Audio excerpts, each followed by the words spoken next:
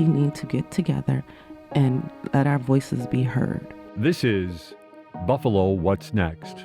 I'm Jay Moran. I'm Bridget Jaipal Valenza. I'm Dave Debo. And I'm Thomas O'Neill White. After May 14th, how can we afford not to talk about race? About education, about segregation, about humanity. Since the dawn of this nation, racial violence has existed. The way we have designed our society has a big hand in what occurred in that Tops Market. The suburban area, everywhere. We must work and teach our children. We need to make sure that we put more funding in our programs that help prevent gun violence and more money into art. If we're going to have some real healing, we've got to have space to tell some uncomfortable truths. And good morning. This is Dave Debo. For the program today, we have two different topics. One is racism in New York State prisons. The other is housing solutions in Buffalo. Coming up in just a little bit, Sarah Fraser and Teresa Watson from People United for Sustainable Housing, Push Buffalo, will be here talking about some of the reforms that could possibly change the housing climate across all of Buffalo. They'll be up in about 20 minutes or so with Jay Moran. But first, let's dig into the prison system in New York State. A New York State Inspector General report earlier this month found that the black and Hispanic incarcerated individuals throughout the entire system, but especially around here at Attica, were more likely to be disciplined than white incarcerated individuals. And so we thought the one person who can talk most about this would be Jerome Wright. He's here with us now. Jerome is the head of the Halt Solitary Group and has worked in prisons from across the state for several years. He himself is a formerly incarcerated individual. We'll get into all of that. Jerome, thanks for being here. Thank you. I appreciate the opportunity. Before we talk about what's in the report, let me outline some of the things that are in the report. Well, we'll go through the bullet points, I think, one by one here. In New York State, the Inspector General found that a black incarcerated individual was 22% more likely to be issued a misbehavior report than a white incarcerated individual. A Hispanic individual, 12% more likely to be issued a misbehavior report, and an incarcerated individual categorized as others was 9% more likely to get a misbehavior report. I'm betting, I can see it on your face right now, this does not come as a surprise to you. No, and it is just a testament to that. If you don't learn from history, you're deemed to repeat it. And my personal story is intertwined in this. But I would like to say, first of all, Dave, thank you for the invitation. Glad to do it. Second of all, we're talking about a topic of racism, and I want to thank the station for having a piece here remembering their name of the 10 individuals from our community that were murdered in a racist attack. In the studio where we do this program, we have a poster with their names and their ages, and just a reminder to mention them every now and then. So that's indeed what Jerome is referring to. I think it's where this program springs from, the idea that the Tops shooting not only killed 10 people, but brought to light some issues that we need to discuss. Yes. And yes. In so doing, we broaden it here eventually now, so it's not necessarily about the East Side and Jefferson Avenue.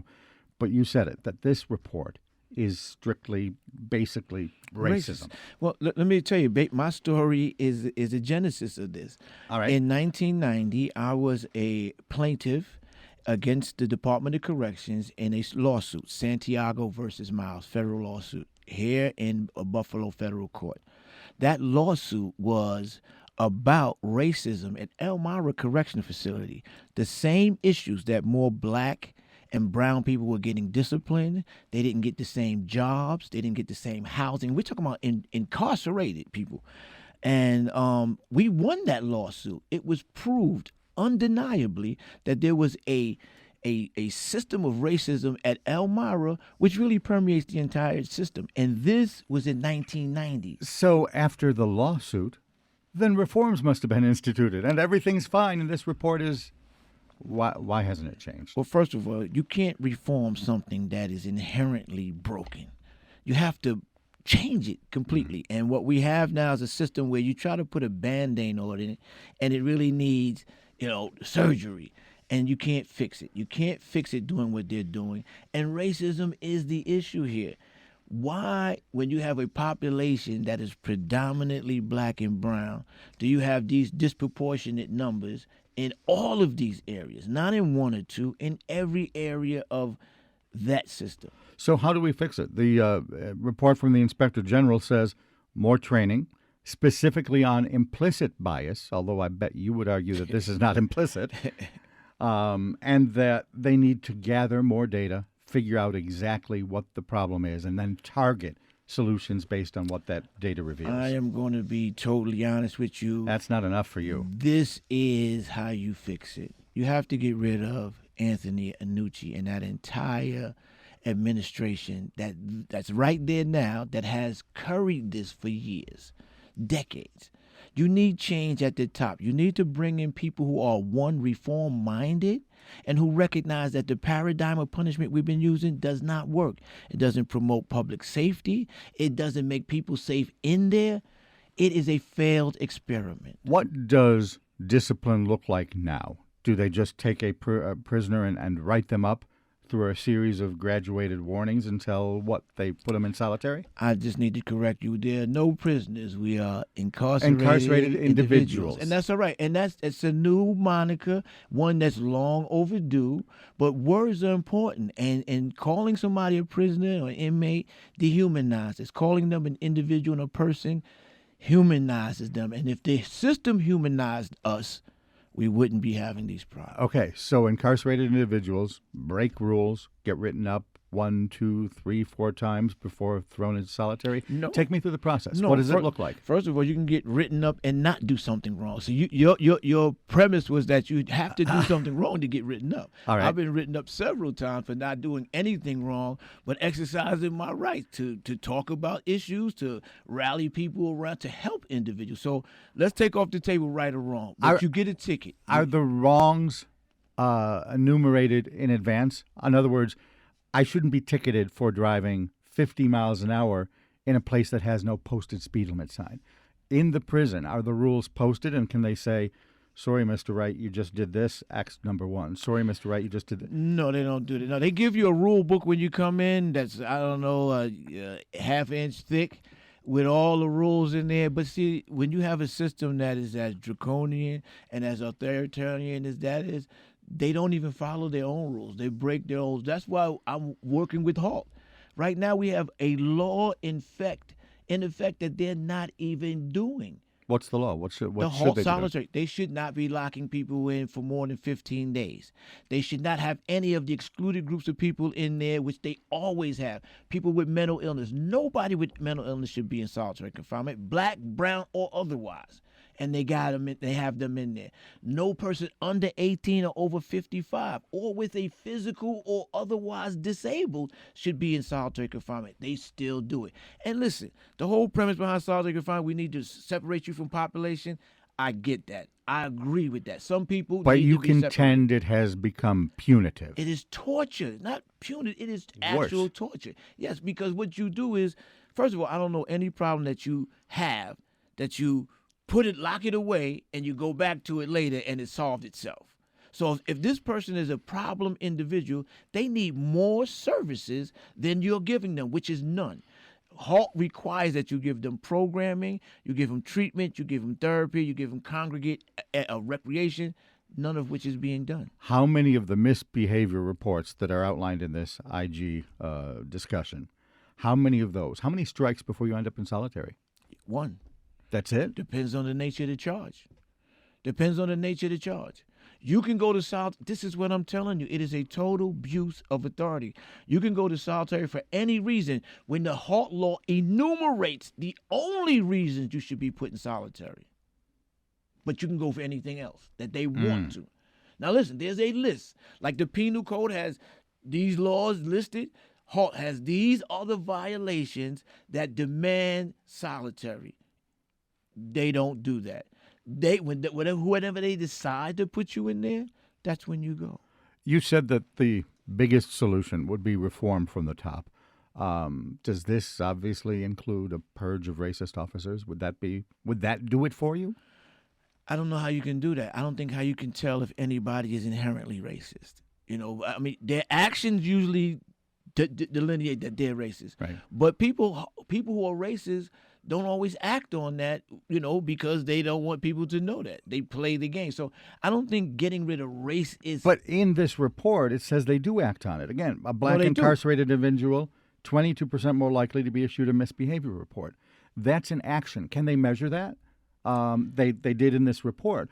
Could they measure that in the facility and then say, gee, your record is you wrote up more blacks than whites? They could do that. They have no vested interest in doing that, and they're not going to do that. But let me give you an example. Here we have an officer who everybody knows. All incarcerated individuals and the staff is a problem. Maybe racist, maybe just abusive, right? Everybody knows this. If I wrote him up for doing what he does that's wrong, that everybody knows, they're going to support him, regardless. And everybody knows They this. being the system. The system, yes. The sergeant who supervises him, the deputy of whatever program that is that's over there. They all, you know what? 95% of anything that's filed by an incarcerated person comes back unfounded. So if you can't tag a particular officer as racist and they are continuing to commit racist offenses, what do? You do what we're doing right now. You talk about it and you ask the public to stop holding your head in the sand and to get involved with what's going on, because this prison is only a microcosm of what's actually going on out here in the society. Oh, no, we got to get into that, and we will in a little bit after the break. But I do want to get you to comment on the response from the prison system. Yes. In this Inspector General's report. And by the way, as soon as this program's done, as soon as this segment is done, while Jay Moran is talking about housing coming up next, we will tweet out a link to this entire Inspector General's report. So if there's anything here that we're talking about that sparks your interest, you'll be able to read that and go a little bit more in depth. We're also going to throw a link up at WBFO.org. But in the Inspector General's report, it says the Department of Correctional Services has responded with this. The complexity of attempting to link causal factors of racial disparity in the criminal justice system is well documented in social science literature. As the report states, it's difficult to determine with confidence whether or not any particular racial disparity is the result of implicit or explicit bias or is the result of structural, legal, social, environmental factors. I think what they're trying to say, and I don't want to put too many words in their mouth, is you can't measure this and say that guards are just being racist toward blacks. It might be that there's something else going on, and they say that the something else could be a variety of things, but that the measurement isn't easy to do. Buck back against that. Gobbledygook. Is that the word? Gobbledygook. I like how that to the unlearned, that sounds really logical. To somebody who's experienced that, if you know that an officer is racist, you can get him out of there. But the unions and everybody is colluded in this. The union will support an officer who they know is racist, who comes into the facility with a baby, with a black baby with a noose around its head, who belongs to organizations that we saw during the January 6th uprising here in Washington. They know these people are. All right. Now, again, tentative argument here for the sake of discussion. Mm-hmm. I would bet that if you went to NSCOBA, the New York State Correctional Officers PBA, and said, you're supporting the wrong guys here, part of their response would be, in a prison environment, I'm not going to cut the legs out from under my guard. I'm going to support my guard because my guard is at risk on a daily basis. That level of support isn't necessarily institutional racism. They would probably argue that it's the blue line. It's supporting your own because the environment is such where if you don't, people are at risk. We're back to the macro-micro discussion. You wanted to wait till All right. after the break. No, that's cool. Okay. Because I'm saying it is.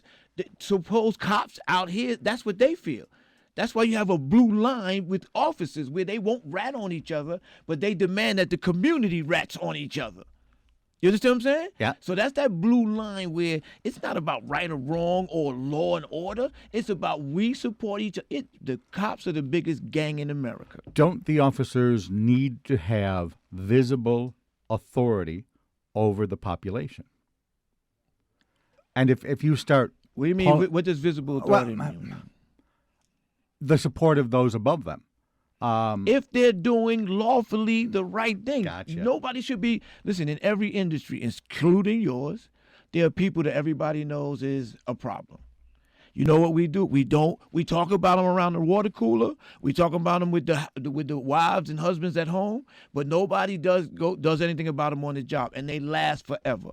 That's the status quo. That's what's got to go. We got to get people out of the way who are causing the problems. I got to ask you before the break, and we will go macro, micro in just a bit. We're going to do more macro after the break. But one of the facilities cited in this Inspector General's report that had the worst problem, they said there are about 4 of them. Downstate was singled out as the absolute worst. Closed now. Okay. Attica was on the list of the worst. Tell me about Attica. You visit incarcerated individuals there. You know what's going on inside that facility. You're worried. Yes. I see what's going on now, that the potential exists for another Attica rebellion to happen. That department has now taken away everything. They don't follow the law with halt. They've taken visits away in large measure. They've taken packages from home away. They've taken everything. They've taken mail away. They don't even give you your mail. They photocopy your mail and give it to you. How ridiculous is that? I don't get the fiscal. Let me tell you something. When I was incarcerated, one of the great things was getting off of my bed to walk to the gate to pick up mail that I smelled before I got there because my wife had her scent on there. You don't smell that from Xerox copies.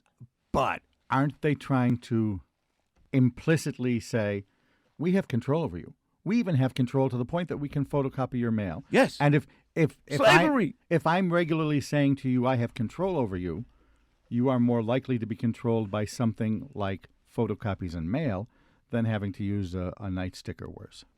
No, you're not controlling me. You're causing me more angst and anger. I'm not getting better. I'm getting more bitter. You're taking my contact from the outside world. You're eviscerating me as a human being. While you change my name from inmate to incarcerated individual, I am still a slave. All right. We'll get back into it more after the break. Jerome Wright is here. He's one of the state directors of the Halt Solitary Campaign. He's looking at a new report that came out. Again, we'll put this out on a Twitter in just a little bit, or a tweet. A New York State Inspector General's report earlier this month found that black and Hispanic individuals, incarcerated individuals, were more likely to be disciplined than white incarcerated individuals. More to come. This is Buffalo What's Next on WBFO. Do you absolutely love Masterpiece, Antiques Roadshow, PBS NewsHour, great performances, and other amazing shows on WNED PBS, but you're not always in front of your TV when they're on? Don't miss them. You can stream the channel live wherever you are in Western New York by visiting WNED.org/live or use the WNED PBS app. Happy holidays from WBFO. Listen online, tell your smart speaker to play WBFO, or listen on your phone or radio. WBFO is here for you wherever you are, day and night. Interested in inspiring and informing future generations through the programming provided by WBFO? A gift through your will or estate plan is a wonderful legacy to leave our community. For more information, visit WNED.org/legacy or contact Colleen Miller at cmiller@WNED.org. Thank you. This is Buffalo What's Next, where we have conversations with the community about moving forward. To have your voice heard, press the Talk to Us button on the WBFO app, and we'll work to get your questions and comments on the air. Join us on Twitter @WBFO or email us at news@WBFO.org. Together, we'll have the conversations that are needed. This is WBFO, your NPR station. And this is Dave Debo. We are continuing our discussion with Jerome Wright. He's one of the coordinators of the statewide Halt Solitary campaign. Up till now in the program, we've been talking quite a bit about a recent Inspector General's report from New York State that says black and Hispanic incarcerated individuals are a lot more likely, about 22% more likely, to be disciplined than white incarcerated individuals in New York State facilities.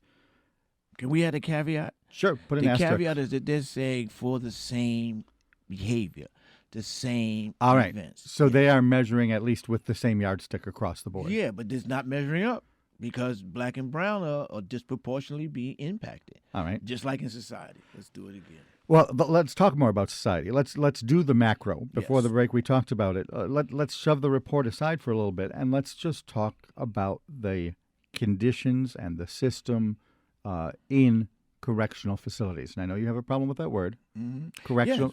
Yeah, correct. Why I call it a correctional facility? What's being corrected? There is no, first of all, the whole idea of rehabilitation is a misnomer.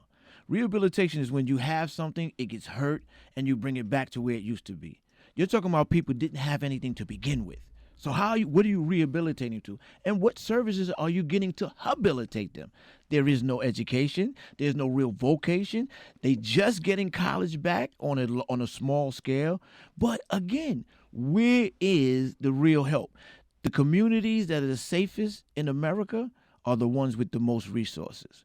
The jails that run the best are the ones with the most programming, the most therapeutic and treatment environments, and have a administration who is proactive and progressive, not reactive and restrictive. And you know of what you speak because of your personal story. Because of Share 30 plus years of being incarcerated for a crime I did commit. I apologize for that as often as I can, and I hope my life exemplifies that, my remorse for about the things that I do, like speaking out now about the conditions that create an environment that shouldn't be created. You're talking about corrections. What is being corrected? Why are we calling it that? 30 years. Yeah, 30 years. I don't even know how to react to that. That's an incredibly long time, Jerome. Yes, it is. That's a generation. If you look in the dictionary, 30 years is considered a generation. So I spent a generation from 18 to 48 years old incarcerated. But what I saw during that is what's in that report. And it's a shame that the Inspector General coming out with that in 2002, when in 1990, that report was written then because of the case of Santiago versus Miles. Tell me more about that court case. You were involved in it. So myself and several other incarcerated individuals were plaintiffs in a lawsuit against the Department of Corrections, specifically Elmira Correctional Facility, for disciplinary. Is that where you were? That's where I was. Okay. And so we testified in court. I was assaulted here in Erie County for testifying. Regardless, we won the suit because the judge found out that there was credible evidence, just like the Inspector General found out again, that the racism is so pervasive that it manifests itself in something like discipline. Not just discipline, housing. You go to any honor dorm, which they call honor housing. And the honor housing is where you get more amenities, more privileges, special privileges. The ratio will be 85% white people and mixture of everybody else. In a facility that will be 85 or 90% black people. You go to certain dorms or housing units that are considered the best by cleanliness, size of cell, and every amenities. They're going to be populated by white people. If you go to whether it's discipline, housing, employment, there are jobs that me, a black man, in a facility couldn't get. Why? How? Because I'm black. They won't have me working in Elmira on the main floor. That was if you went to the program committee and said I wanted that job, they laugh at you. They might write you up for being insolent and send you to solitary. I'm telling you the God's honest truth. Man, my life is an open book. I have nothing to hide and nothing to lie about. This system is rotten from the core, and the status quo has got to go. That means from the top to the bottom, we need to reshape this. And I would imagine that you're not just talking about New York State. To my mind, no. The whole idea of prisons is contrary to what you would like to see. Yes, because listen, people need resources. If you give people resources, they will do good. Let me say, Aristotle said this, not me. He said, poverty is the parent to rebellion and crime. Say that again. Poverty is the parent of the twins, rebellion and crime. Wherever you have poverty, you're going to have rebellion and you're going to have crime. Okay, so that speaks to the idea that we need more community programs on the front end. What kind of reform do we need in the, I don't want to say correctional because you don't like the phrase, but in the system? First of all, again, we need to remove what's currently there. We really do. We need to excise that out because you can't change that. That is a culture. Just like we had a culture here at the holding center with Tim Howard, the sheriff, that permeated, allowed things that happened under his watch with impunity for staff. Oh, I don't know if there was impunity. I know the U.S. Department of Justice got involved. I know that the State Community of Corrections slapped him on the wrist several times. Listen, we're talking about people's lives and we slapping him on the wrist. We got people in there who dying. Since when being arrested we don't have the death penalty in New York. We got people dying. And the holding center, too, we must mention, is not filled with guilty people. No, this is what I'm saying. This is where you wait for your trial to decide innocence or guilt. That's the most egregious part of this. That you don't, and then we've had plenty of people die in there and find out later that they were totally innocent, which means had they not been put in there and tortured to death or whatever happened, neglected, then they would be all right. And stuff. What would it take to get the kind of reforms that you'd like? It sounds like you're recommending a wholesale, top-to-bottom attitude change. And I imagine that involves not just personnel, but probably a change in the facilities, too, in their physical structure, in everything top to bottom. You're asking for more than I think they would be able to do, right? Not able. You got to be willing. You got to be willing to do some things because if you're willing, we're able to do anything. We can ready to put people on Mars. You're telling me we can't fix a problem right here? Why go up there if we're spending billions of dollars to fix people to go to a planet that most of us will never visit, and we can't put that same amount of money, a fraction of that money, into correcting this system? You can't tell me that. You can't tell me we're saying in the whole patriot. We've given Ukraine, which I applaud their fight for freedom over there, and I would join them in that fight. But they gotten $400-500 billion in aid from this country, and the East Side can't get $1 million for a nonprofit organization to run like a like a real 501c should run, or like these other corporations that are headed by white people. Listen to what I'm saying. There's no difference out there. Macro, micro. The higher you go up in this country, the whiter it gets. No difference. Do we need a pilot facility? Or do we just strike down all the existing ones? We don't need a pilot. We need to stop what we're doing right now and rethink this. And it's not a thing where do what Jerome says. We have a community. Yeah, no, I realize but we have brilliant minds in our communities, both with experience and both with really professionalism. They need to be coming together saying, this is how we fix the problem. I have some personal fixes. Listen, follow the Hawk Law. That's one of the first fixes. Stop torturing people and follow the law. How can the lawmakers become the lawbreakers? That's what we got now. You won't follow the laws that are currently in place. So why would I think that if we change something, something's going to change? Because you're not following the laws now. That's what I'm saying. We need real change, and that means fundamental change from the top down, because it has to be a culture like the culture we've allowed it to breed to, this racist one.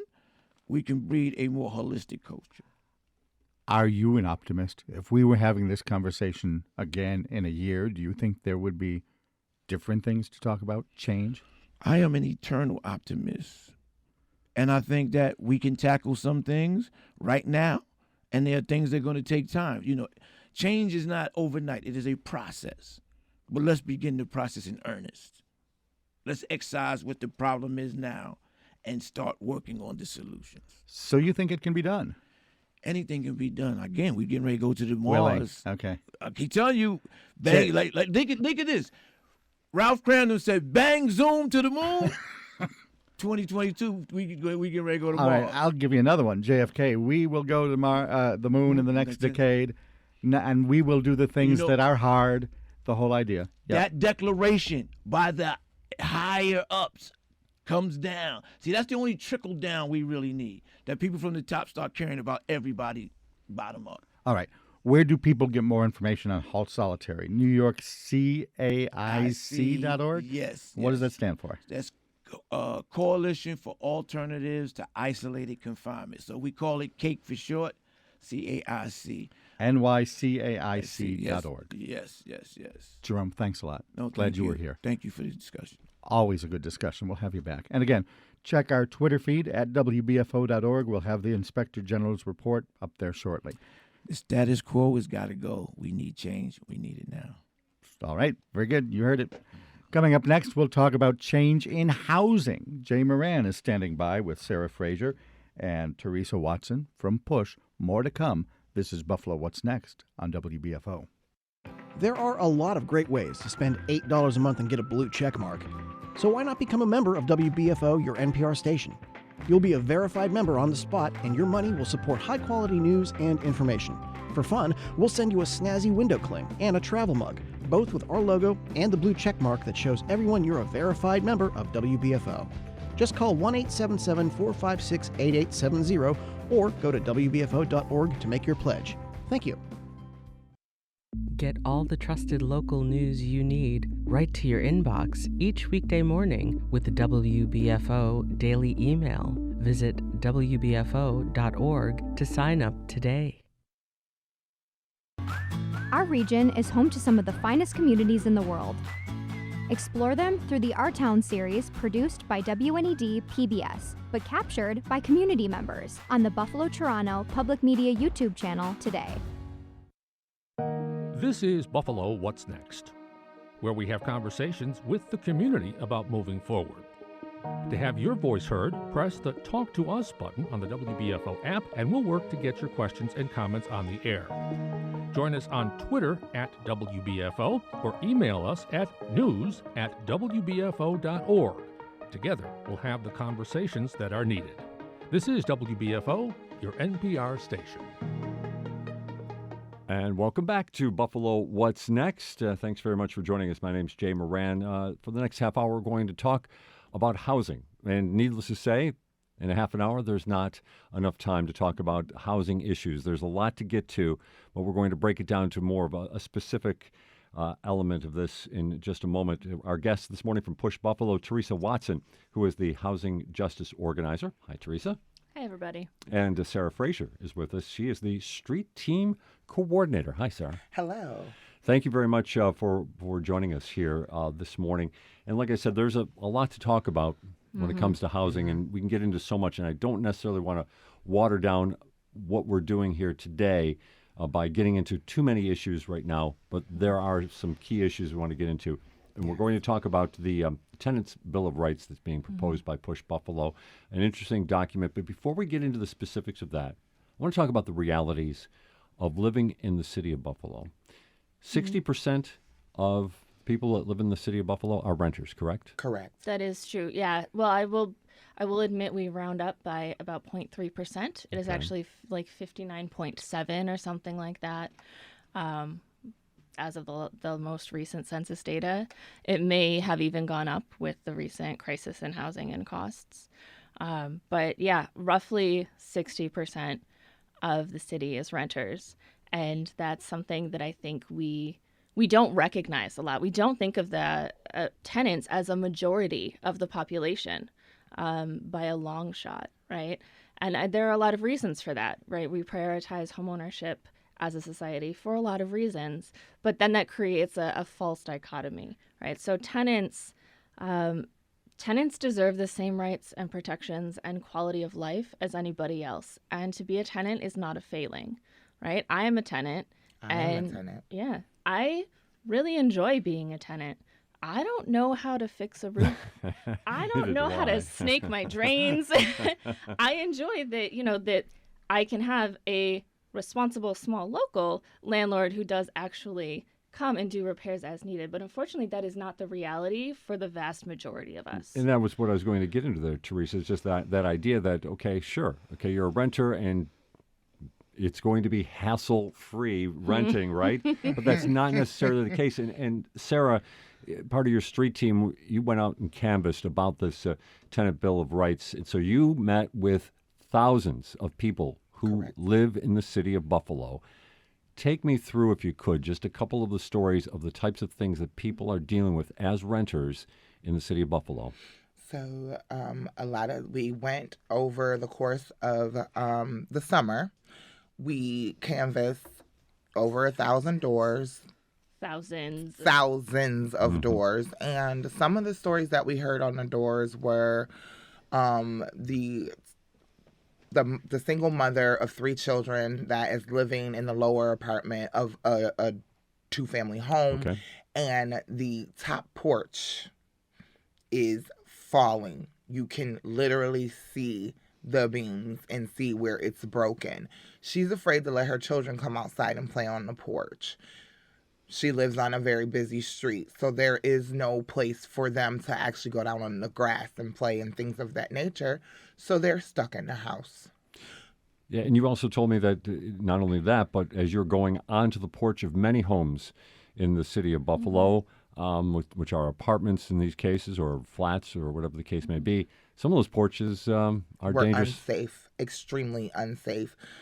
There were times when we actually weren't able to get up on the porch, and we ended up having to meet the tenant at like the back door or something of that nature in order to speak with them, in order to get information from them and have them sign the postcard, because of the fact that we were afraid we were going to fall through the porch.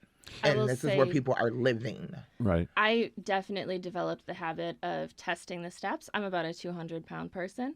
I would test the steps before I would go up if they looked a little suspicious. And I broke myself of the habit of using railings because none of the railings, maybe secured. not none, but very few are secure. And so I would touch the railing would move, I would feel unstable, right? And so I don't use railings anymore. Right. So you're tiptoeing your way up through these porches to try to talk to people. You said, if I'm not mistaken, 1,200 people, when you were going out canvassing, you had these postcards, not necessarily just from the street team, but also from other events and things like that. 1,200 people responded to your with those postcards and sent them back to you? That's an astounding number of people who had issues, obviously, and they generated enough energy in the sense that they wanted to do something about it. They sent these postcards in. That says to me a lot about, if that's just a capsule of the renters in the city of Buffalo, that says a lot about the way a renter feels about their current situation. Yes. And so we collected the majority of them on the doors. We did the street team, of course, was canvassing, and our members as well, people volunteering their time, multiple different evenings and weekends. We had folks going out every week. A couple canvases were running with members as well as with the street team. And we did collect over 1,200 signed postcards from across the city. And those were all tenants, some not landlords, but some smaller homeowners. Especially, we would hear from folks who would say, I own my home, but my daughter is in a horrible situation. Or my son he's couch surfing right now. He stays with me sometimes and sometimes with friends closer to his job because he's working, but he can't find anywhere he can afford. So or sometimes you would talk to a homeowner who would say, the people that live next door to me, they're great, but I know the person who owns it isn't keeping it up. And I'm getting rats in my house because that landlord won't take care of the property. Correct. And they would know that it wasn't the tenant's fault because those tenants had been there for 3 or 4 months and the problems had been going on for years. So this is something too that we would see very often, something we hear blamed on tenants as if it is their fault that the building itself has become infested through neglect. When a tenant, a renter, complains about the situation and gets in a dispute with the landlord or whatever the case may be, what is sometimes the response they get when they say, okay, my plumbing's not working, I don't have running water, my pipes are contaminated? What is sometimes the response they get? At least you have somewhere to live. At least you have somewhere to live. At least you have a roof over your head. Whether the roof is falling through. A tacit threat of homelessness. Correct.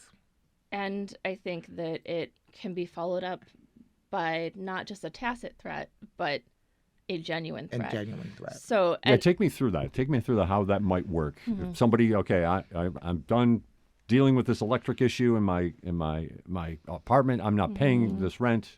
Yes. Or I'm going to take you to housing court or whatever the case may be. What sometimes happens beyond that? Yes. So I think whether or not a tenant is withholding rent, which is of course their legal right, but there are very specific ways that a tenant needs to do that. Sure. Many folks do not know that you need to have your money in escrow when you go to housing court, or you will not be respected by the housing court judge, frankly. Will they automatically dismiss your case? Yeah, they will functionally say that it looks like you just didn't feel like paying because you don't have the money here, so you were never willing to pay, so it must not be about the repairs. And that happens to far too many people. So I would really encourage folks, the Neighborhood Legal Services has several really great PDFs just up online that you can read on how to properly withhold your rent so that you protect yourself. I will say that is just like as an aside. Sure. But whether or not people are doing it in the quote unquote correct ways, because we know that when you're dealing with a long-standing issue, you're frustrated, you've been telling this landlord about it for maybe months and getting no response, then maybe you do withhold, maybe you don't. Either way, you are not actually protected as a tenant. Your ability to stay in your home is not guaranteed.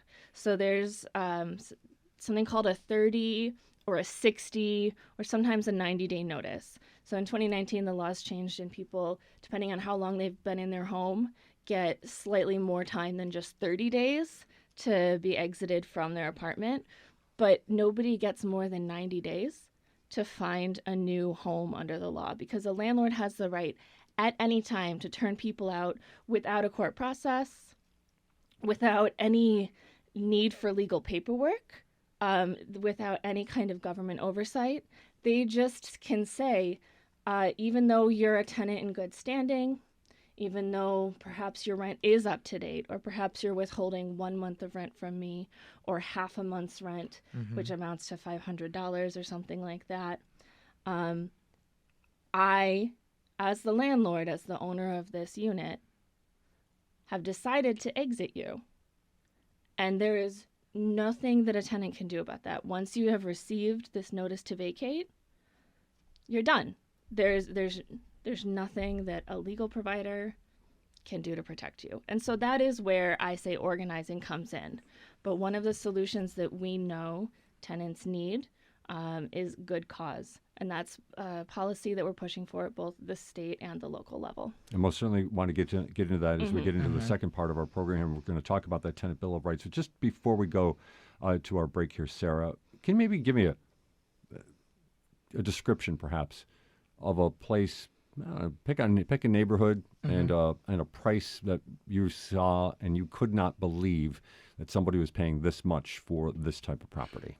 There were, in the Broadway Market area, a lot of the canvases that we did down there, rents were $1,200, $1,300, to piggyback off of Teresa's story. So then the landlord then comes to this point of kicking this tenant out because they are withholding, because they're not getting the repairs done that they need to have done. This landlord then takes it upon themselves and hikes up the rent for the next person to move in. And because of the fact that there are not enough houses in our city for people to be safe and secure, or think that they're going to be safe and secure, they can charge $1,500 for these units.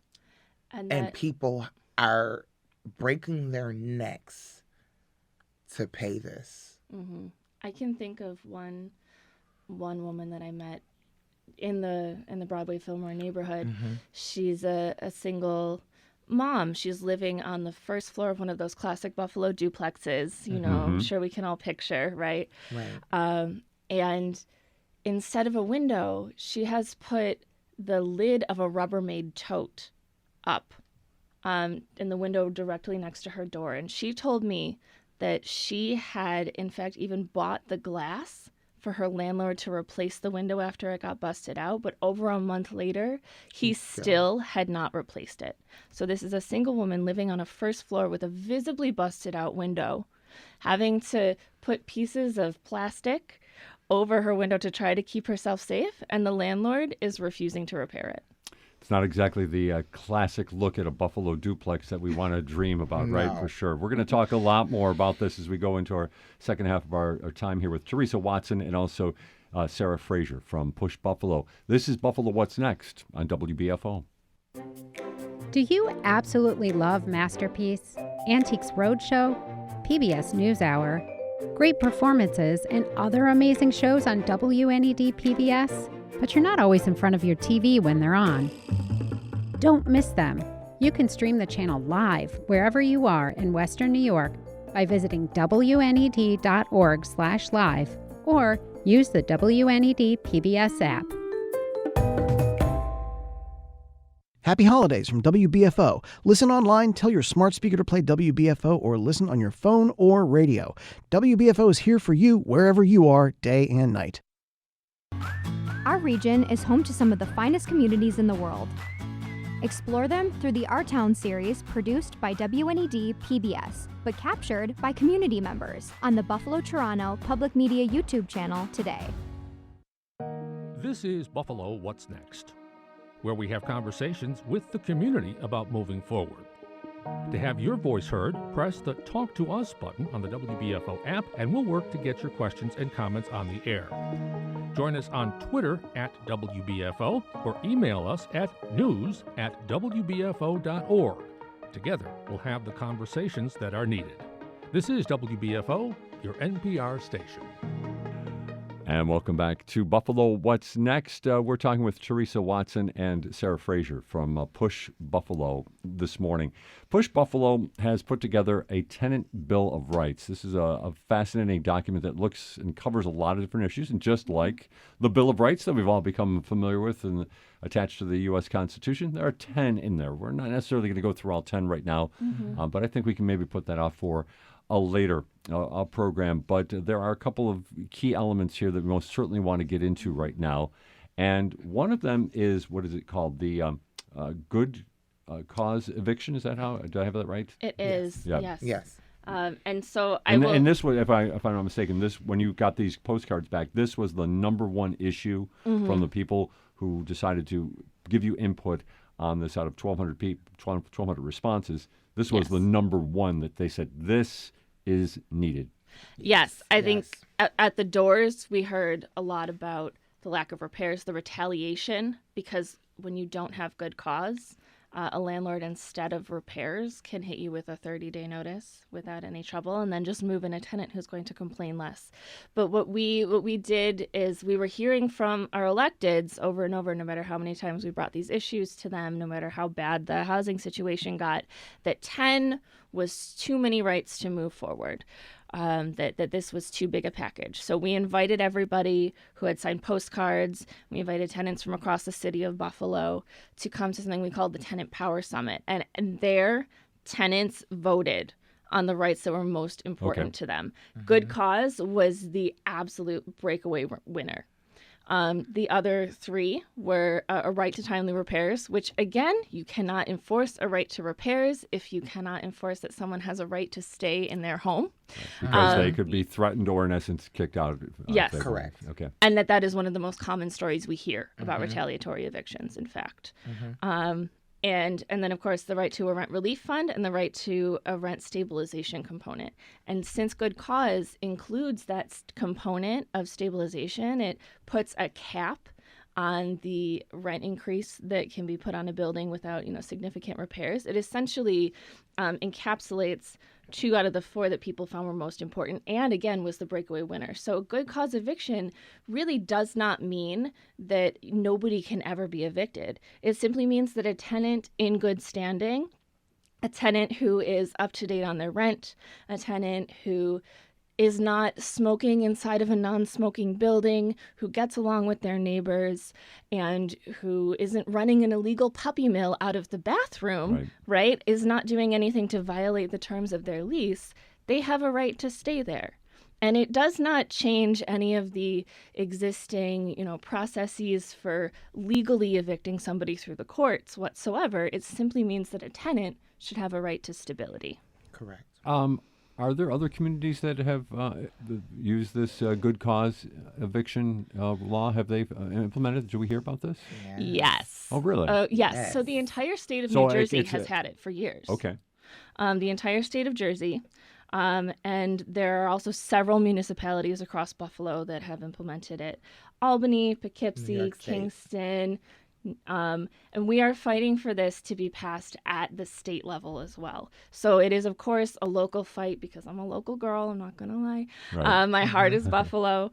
But the state needs these protections just as much. And this is something that we are fighting for at both the local and the state levels, because for New York State to have good cause evictions would protect everyone that needs it.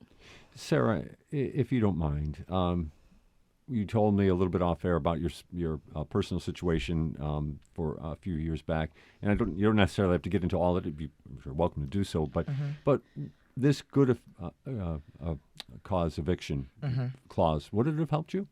100%. I had gotten behind on rent 3 months because of a sickness at work, and I was evicted essentially because I could never catch up because the rent is just too dang high.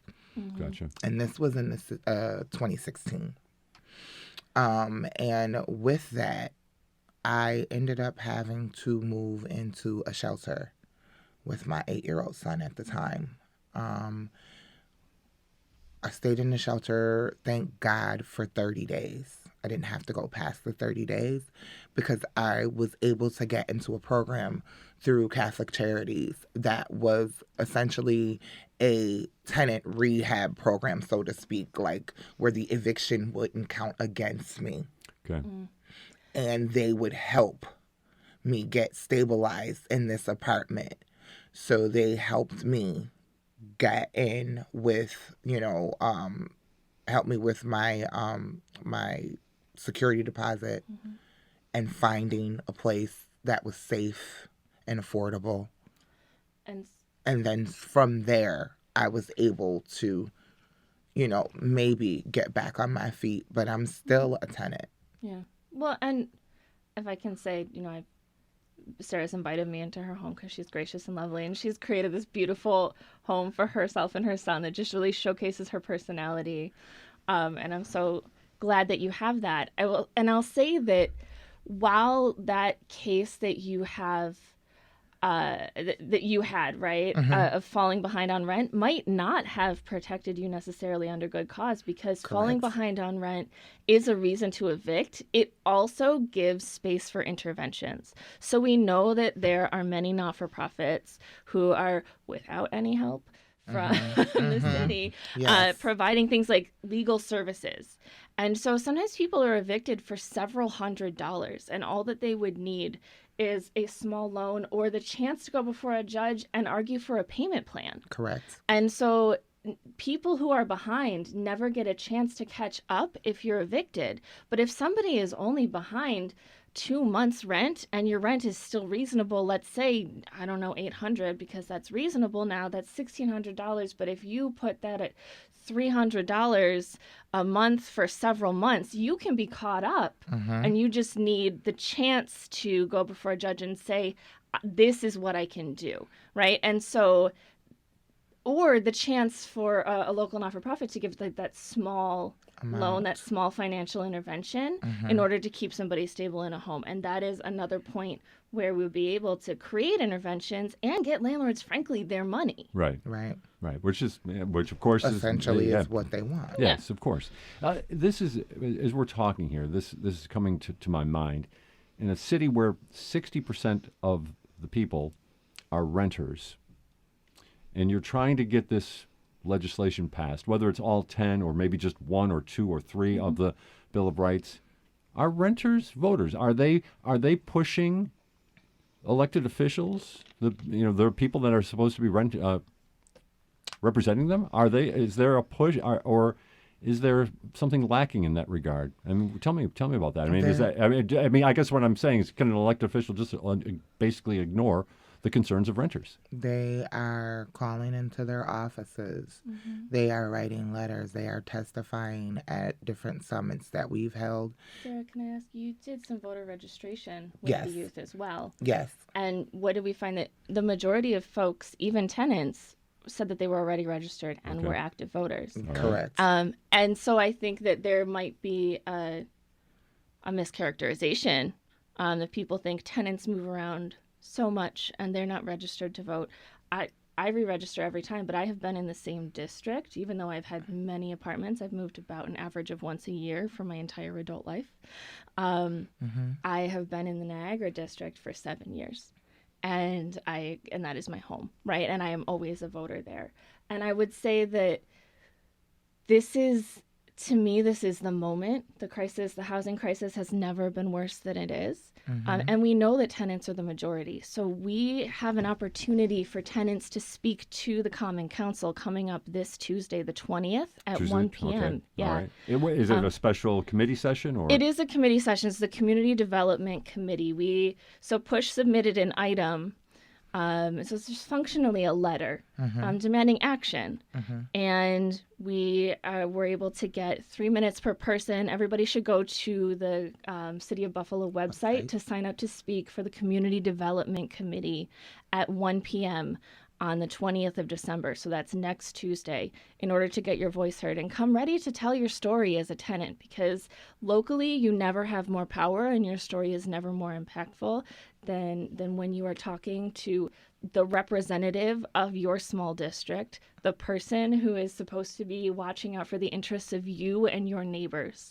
And so that's what we are asking folks to do, is to come and make sure that our local electeds know that you vote. We know that you pay attention, and we know that we are the majority of the city, and it's time to get our voices heard. Sarah, are you going to speak? Yes, I am. What are you going to say? I am. You don't have 3 minutes right now, but right, yeah. right. No, sorry. So it's fine. No, but I will be speaking to the fact. I'm going to touch on the point that I, at one point, was a homeowner in 2005, and because I could not get the funding that I needed, a block away, in order to get my house rehabbed because my roof was falling in, that I ended up becoming a tenant, and in that shows that this Tenant Bill of Rights is not against homeowners. We are looking to expand these rights so that everybody can be covered, but 60% are tenants. So that's the majority, and that is what we're concentrated on.